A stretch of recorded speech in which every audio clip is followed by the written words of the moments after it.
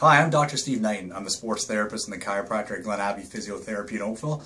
Today we're going to talk about tendinitis and tendinosis. This is a big problem in the medical community we find right now. A lot of medical doctors are diagnosing something like tendinitis or tendinosis via an ultrasound, which is perfectly cool and it comes out. The problem is a lot of them don't know how to differentiate between the two. Tendinitis, which I'm sure most of you have heard of, is actually the swelling or inflammation of a tendon.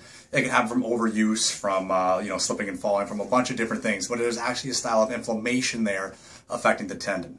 However, tendinosis is actually a cellular change in a process, such that it's not necessarily an aspect of inflammation, and in reality, there isn't any inflammation there.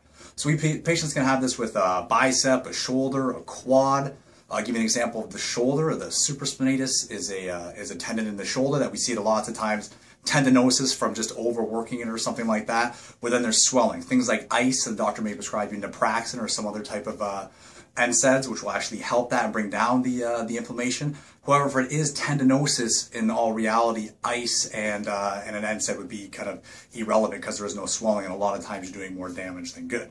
So you just want to look on the board here. We're going to talk about tendinitis. So tendinitis, most people are familiar with that term. It's swelling. So we're going to say, here's the muscle belly, and then here's the tendon. What happens is the inflammation goes along this side here, and can kind of wrap around, causing pain, decrease of motion, and overall stiffness of the muscle, which could lead to stiffness of the joint. Tendinosis, however, is an actual cellular change. So there's the tendon there.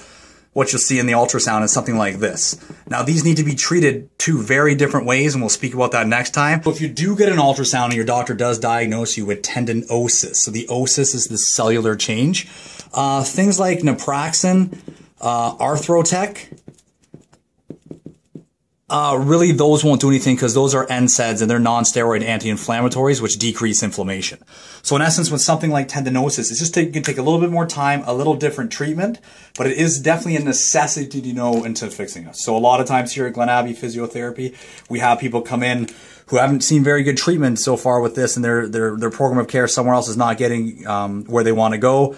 3 to 4 weeks in here, we actually have the diagnosis of tendinosis, and they get a lot better.